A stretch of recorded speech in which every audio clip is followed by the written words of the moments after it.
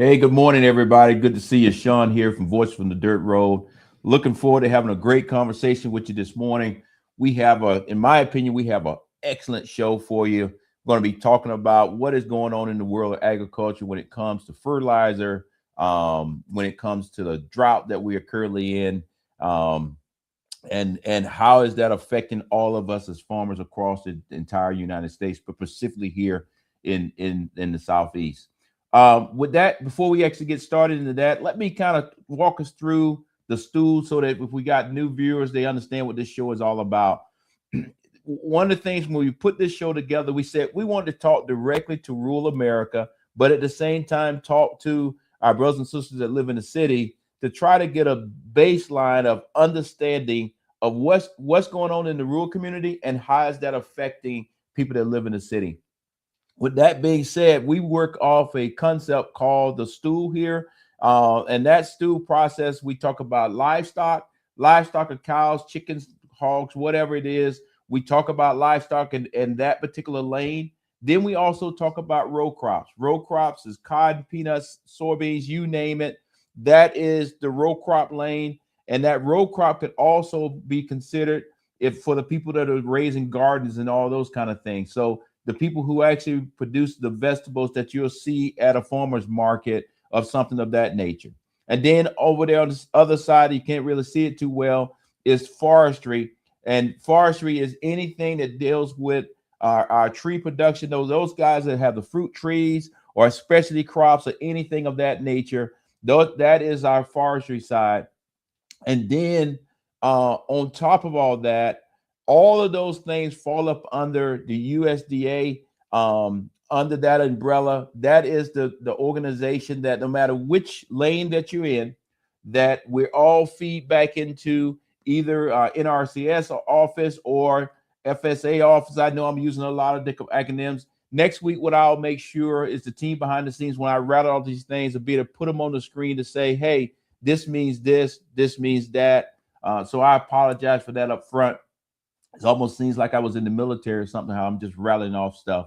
But at the end of the day, the USDA is the one that gives us an umbrella that helps us, give us guidance, but also gives us money to help put crops in the ground, or if we're in a crisis, to keep us going into the next step. And right now, you're going to see in this week's show that all of us are hurting, even if we don't want to admit it. We're all hurting across the board based on some things that are happening overseas, and kind of go from there. But the last piece I just wanted to mention as you look at that stool is the farm bill. Still, as of right now, as we speak, the farm bill has not made it through Congress. There's a lot of talk about it. Portions of it was addressed during the big beautiful bill. Some of those things are coming out, but because of everything that's currently going on in the world as a whole, we're not seeing the effect of it, good, bad, or indifferent. So we will stay laser focused on trying to communicate to the rural community, bringing your voice forward, but at the same time, communicating to our brothers and sisters that live in the suburbs and the cities throughout the United States to ensure that you understand where your food is coming from, why things are happening in a certain way, and linking those two worlds. So I look forward to getting your questions. I know I got to get better a lot of times on the comments. I don't actually see them in a timely manner. So everybody that loves to tell me good morning, thank you. I say that in advance. Thank you for that. And then we're going to also be looking closely as we go through this morning. If you got some questions pertaining to what we're talking about, I'll try to get it on the screen and address it. One thing before we get started, today I want to do one thing. If you actually just stick with me, my very first video is going to kind of become our baseline, because a lot of things are happening in the world when it comes to fertilizer, when it comes to diesel fuel, when it comes to anything that we use on the farm to produce the food that you actually eat in your house, or the meat, or whatever it is. Because y'all guys know that I'm a cattle farmer right here in Northwest Georgia. This week on my own farm, and we'll talk about this more next week, but on my own farm, we actually just put out fertilizer. I will tell you, it cost me a lot of money to put that fertilizer out. and that fertilizer is going to be great. And I want to say the word is going to be great, but we hadn't received any rain yet. So until we get some rain, that fertilizer is not going to do anything. It's just kind of sitting out there in the grass. And when we finally get some rain, hopefully, right now my phone is telling me we're supposed to get rain on Sunday. So we pray that we do, because until we get some rain, it's not going to do anything. The grass is not going to grow, and it affects the whole cattle operation. So the things that we're going to be talking about today on a large scale is actually affecting me just like every other farmer, at least throughout this Southeast region and really all over the country. So with that being said, next week we'll spend a lot of time talking about my farm, what we're doing, because I got a little bit behind. I'm not going to lie to you, on the farm. So this past week I've been spending a lot of time catching up on a lot of things, because in 2 weeks we actually go back into calving season. So we'll start our AI process. And this year, I plan to take y'all through that whole process, every step of it, good, bad, and ugly, and kind of go from there. But got a lot of great things going. We're going to do those things so that you better understand what's going on here on the farm. And then on top of that, overall, what's happening throughout the United States and really the world. But today, my first video is a little bit longer, so please stick with me. But I think this video will give you a very good synopsis of what's going on from the war over in Iran all the way back here to your neighborhood farmer and how those two things are connected. We only going to have 2 videos today, so I want to let everybody know that. So please pay attention to this very first one. The other one is going to be very short, but this very first one I think is the best news report that I've actually ever seen on the whole thing, to get a better understanding between what's happening in the war front and how is that affecting the farmers here on the ground. With that, I'm going to stop there. And team, just go on and play that video, and I'll see you in a few minutes on the backside. Welcome back, everyone. The war between the U.S. and Iran has sent the cost of some goods soaring, and caught in the crosshairs are none other than U.S. farmers. From the fertilizer to plant their crops to the diesel that runs their tractors, farmers are feeling pinched from all sides. ABC's Elizabeth Schulze was in Virginia, where there's real concern about the long-term damage this war can inflict. It's peak planting season at Coulon Farm in Bealton, Virginia. 4th-generation farmer Ben Smith and his father Ken are now applying fertilizer for their crops, including soybeans and corn. You can underspray, but you can't overspray. Farmers prepare for all sorts of contingencies, but not necessarily war. We didn't see this one coming. We weren't prepared. The crops they're getting ready to plant will be used to feed their herd of dairy cows. How much milk comes out of this farm every day? About 10,000 gallons leave this farm a day. 10,000 gallons of milk every single day. We watched as a fuel truck filled up the farm's diesel tank. It happens 3 times a week here during planting season. With his trucks and tractors all running on diesel, Ben says they're going through about 3,000 gallons a week. We were paying roughly $3.50. Now we're at about $5.50, so it's increased $2 a gallon. $2 just in 6 weeks. That's about right. It's a pretty big increase in a short amount of time. A pretty steep increase in a very short amount of time. They left me scrambling trying to find some additional storage tanks so that I could try to buy up as much as I could now before it continues to track up. According to GasBuddy, diesel prices are up nearly 50% since the start of the Iran war. Ben says he's paying an extra $80,000 in fuel this spring compared to last year, plus $35,000 more in fertilizer. So you're talking more than $100,000 in extra costs because exactly of right. what we're seeing with the supply chain and the war. That's right. About 1/5 of the world's oil and 1/3 of global fertilizer supplies typically flow through the Strait of Hormuz. And with the strait effectively closed since the start of the Iran war more than 6 weeks ago, farmers across the U.S. are grappling with an historic supply shock that's sending costs soaring here at home. Why are they seeing higher prices for fertilizer when this fertilizer isn't even necessarily coming from through the Strait of Hormuz or other countries in the Middle East? So a lot of it is just such a global market that no matter where it's coming from, it's affected. Britton Green is the director of agronomy at a co-op that supplies fertilizer to Ben's farm and others in the Virginia area. So these two cars here are potash. They come out of Canada. Canada. And the two we're looking at here are urea, and that originally came from Russia. He shows us what urea, a nitrogen-based fertilizer, looks like up close. Kind of looks like snow. It does. Like little pellets. Yep. About $90,000. Each rail car is $90,000 worth of product. Yes. And what would it have been? About $50,000. So 2 months ago. Each load, the price of a load went from $50,000 to $90,000. President Trump is taking note in a post writing, "I'm watching fertilizer prices closely during our fight for freedom in Iran. The United States will not accept price gouging from the fertilizer monopoly. American farmers, we have your back." Are you following like the president's posts about what's happening? Like, are you? Yeah, we're watching that closely because whatever's posted can have a really big effect. For many American farmers, the surging costs of fertilizer and diesel are just the latest challenge for their bottom line. Last fall, the trade war left many farmers scrambling after China refused to buy U.S. soybeans. The White House stepped in with a $12 billion bailout. Now, Agriculture Secretary Brooke Rollins isn't ruling out more help from taxpayers. Everything is on the table. This president is convicted. He is resolute. He will stand with our farmers. He knows that it's a national security issue. Do you blame the president's policies for what's happening here?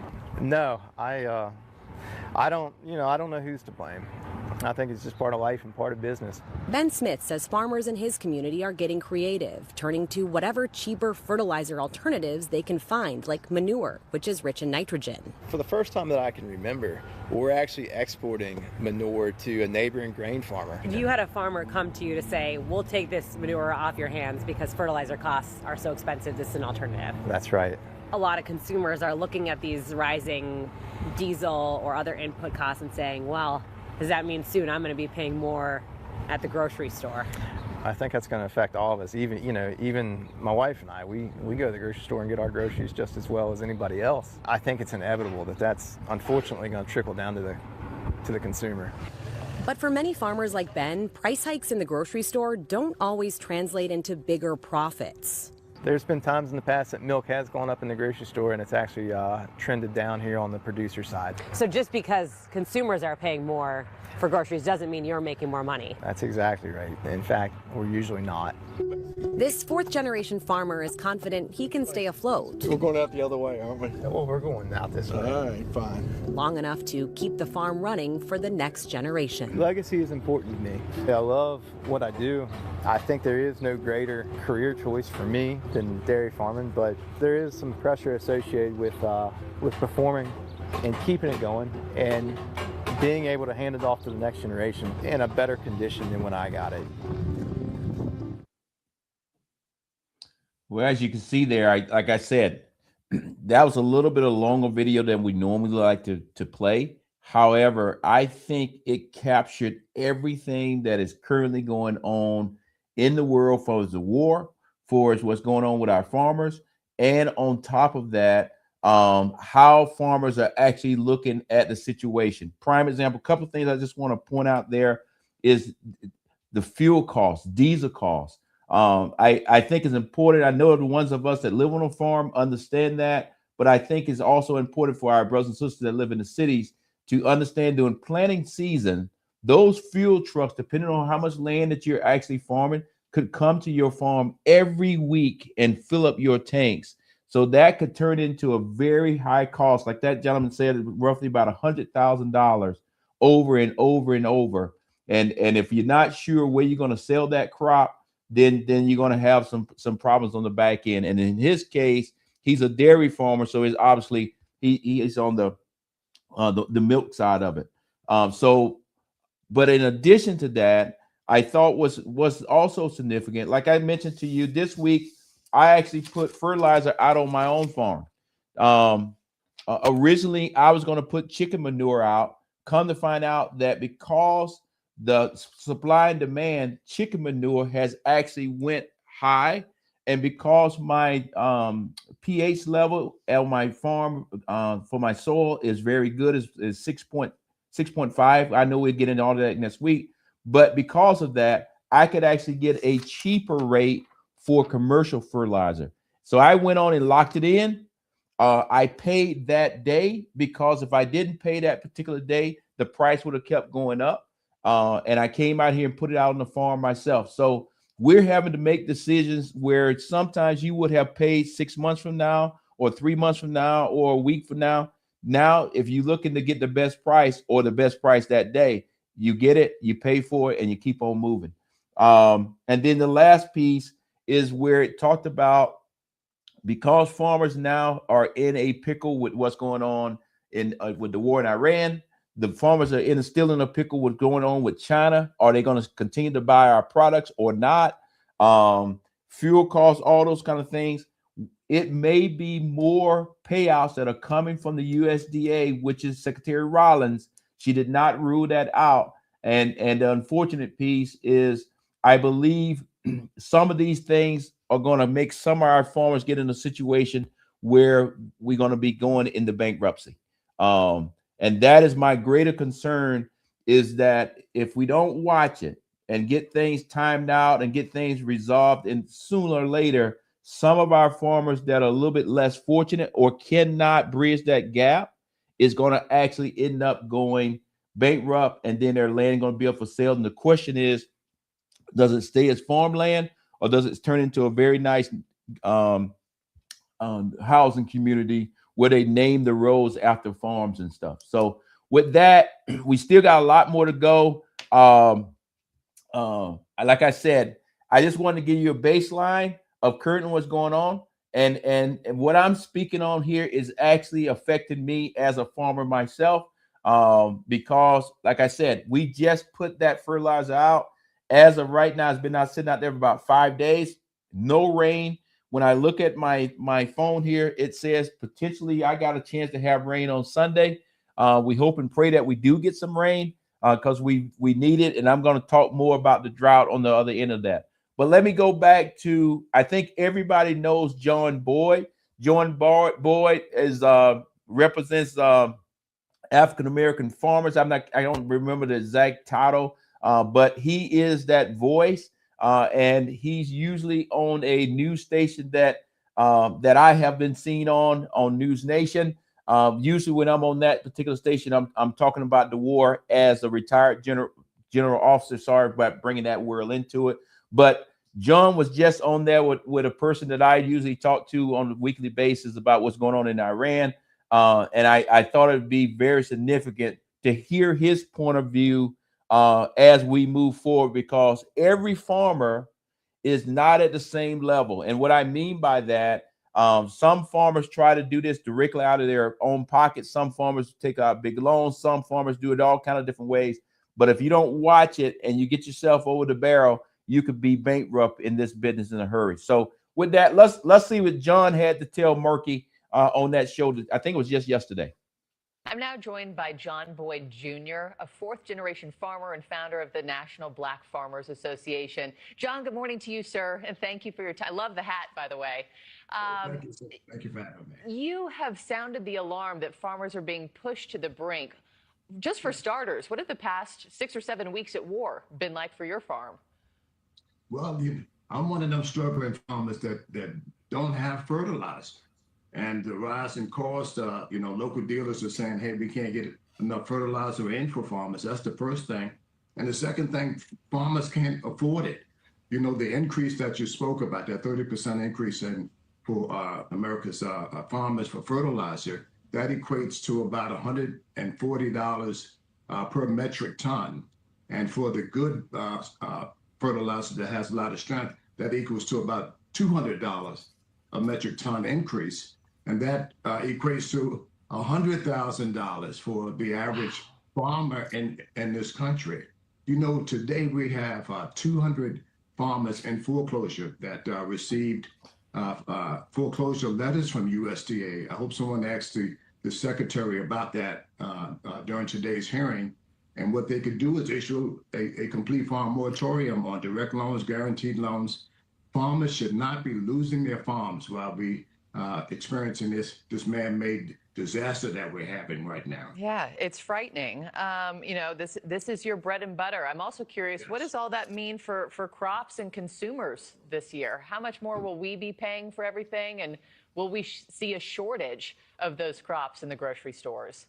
Both. You're going to see the shortage of those commodities that show up that we use every year, you know, that we take for granted, that we produce in abundance, you know, corn, wheat, soybeans, rice, and cotton, all these things that we've done every year that's quietly went under the radar screen in abundance is going to be in shortage because fertilizer is the first step in the process, and people is planting season right now.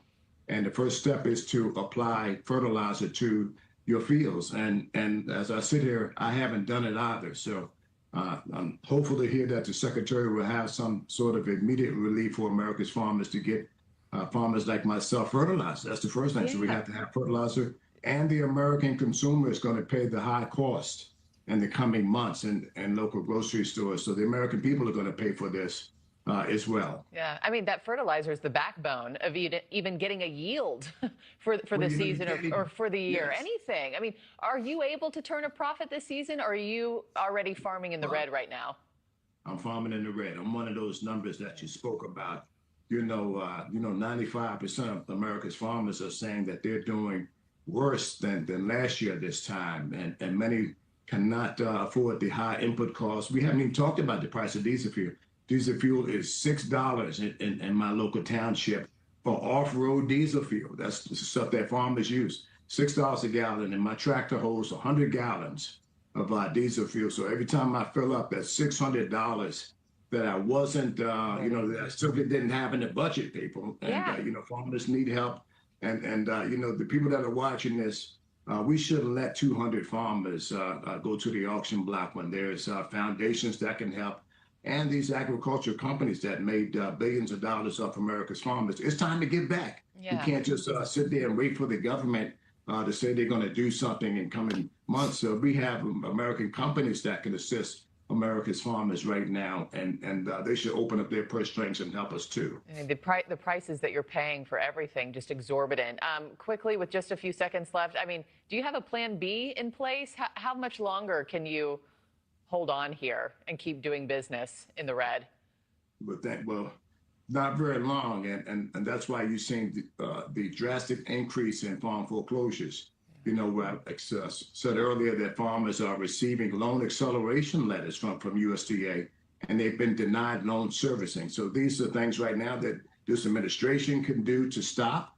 Farmers should not be receiving farm foreclosure notice when we didn't cause this problem. We didn't start the war. We didn't put the tariffs in place, but we're paying the price for it. And that's what we're saying. These are things that can be fixed administratively, and they should happen. Every time I watch your show, the president says, the price of oil goes up, they make money. Well, who is they? Because America's farmers. Because it's not the farmers right now. Yeah. No, it's not the farmers right now. Well, John, I think I speak for all of us in saying thank you for the work you do and continuing to do it right now while times are hard. I can't imagine. Please keep us posted, and I would love to have you back on, sir. And I would like to say thank you to News Nation for staying on top of this very, very important story when many other networks haven't covered this closely. So thank you to you guys for staying on top of this very, very important story. Yeah, we'll keep the spotlight on it. That is our pledge to everybody watching right now. John Boyd Jr., appreciate your time, sir. Have a wonderful Thursday. Well, as y'all guys can see, John, I'm still working hard to get John on our show. I think that'll be a great discussion for all our farmers, but specifically for our minority farmers, to make sure that we get that voice out there. But a couple of things that he mentioned that I just want to follow back up on. 200 farmers as of this week have already received foreclosure letters from the USDA. That doesn't mean they're going to be foreclosed on. That just simply says, look, if you don't bring some money up here, get some money up here, I'm not sure you're going to be able to get an operating loan, or you're going to be able to farm next year. And maybe some other farmer may end up buying your farm. But right now, money's tight across the board. In addition to that, when he talked about off-road diesel, Off-road diesel, just to let everybody know, when you go to your gas station and you see where people fill up their car with regular gas or unleaded, and then they fill it up with diesel, that diesel there is not off-road diesel. That's the diesel you put in your trucks, cars, whatever you're driving. That is just regular diesel. Off-road diesel has a red dye in it, and that red dye is strictly for farm equipment. If you see a truck, sometime you're in the rural community and you see a truck that says a regular pickup truck and it says farm use or farm truck, and it's a diesel, then that truck can actually have the red dye in it, but it's strictly supposed to be used on the farm or when you're taking something to the town. And if you get caught using red dye diesel in your vehicle, you will be fined and you can potentially even go to jail. The last piece I just want to bring out that John mentioned, and it also was mentioned earlier in the earlier thing, is many farmers, just like myself, I did not buy my fertilizer in advance. That's normally not what we have to do. Normally, fertilizer is always there. You go get it when you need it. And usually you pay 6-7 months down the road after I sell my cows or after we do whatever, just like the row crop guys. So with that being said, right now, very few farmers here in the United States did the pre-sale on fertilizer. So they actually, now when they go and buying the fertilizer, they are buying it at a highest rate ever. And that input cost is killing them. And like John said, most farmers don't have a plan B. You either are going to be successful or you're going to fail. And there's no plan B. So we're going to stay on top of this, because I think as this war continues to play out, we're going to see we're going to get some easement from getting a deal done, or is the federal government through the USDA is going to have to start sending some money out to farmers to keep them afloat. We'll see. So let's transition right now, just real quickly, because that is the man-made situation that we were just talking about. That's 100% man-made. But in addition to that, now we actually have a national disaster that's actually going across the country. As y'all guys probably saw the news the other day, certain part of the country is getting massive rainstorms, floods, and all those kind of things. I saw that up in Michigan, where now they're getting a lot of rain, but at the same time, they have the snow melt, so they got places of the flooding. And then we have us down here in the southern part of the country, and we are in the middle of a drought. And with that drought being said, many of our farms are now starting to fill it. And what I mean by fill it is this.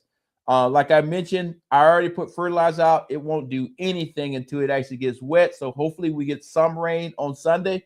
But you know, the weatherman tells us we're going to get something, you get the exact opposite. So, but in addition to that, if I was a row crop farmer, it doesn't make sense to put that seed in the ground if it's not going to germinate anytime soon. So you got the input cost that's very high, but also you have a situation of that we're in a drought. Can you just put up the there you go. Thank you very much. I just want to take a few minutes and kind of talk through this. Yeah, make it big. They don't have to see me. Make it big. So this is how I keep up with it. I just wanted to show y'all guys, because this is very important.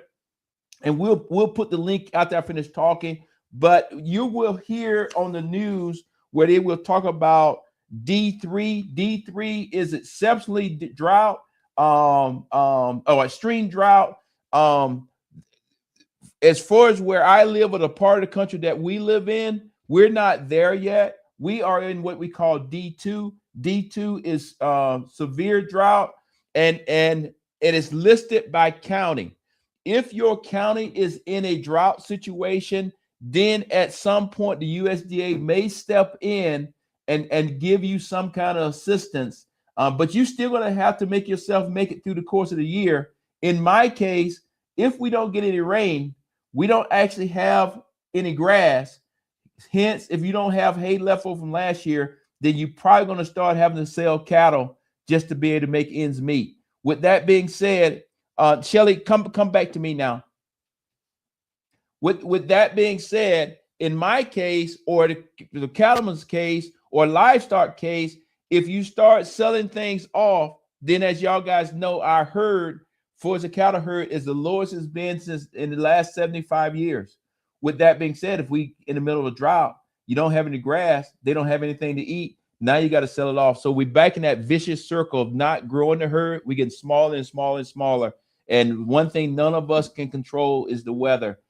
So with that being said, that monitoring thing is the one that tells USDA, tells the farmers that are you in a drought and how bad a drought that you're actually in. And if you're actually in one of those particular categories, perhaps later on in the year, USDA will send you some kind of little small check to help you get back on your feet for the following year, or help you where you can buy some additional cows. Shelly, will you put that link back up again? I know it went quick.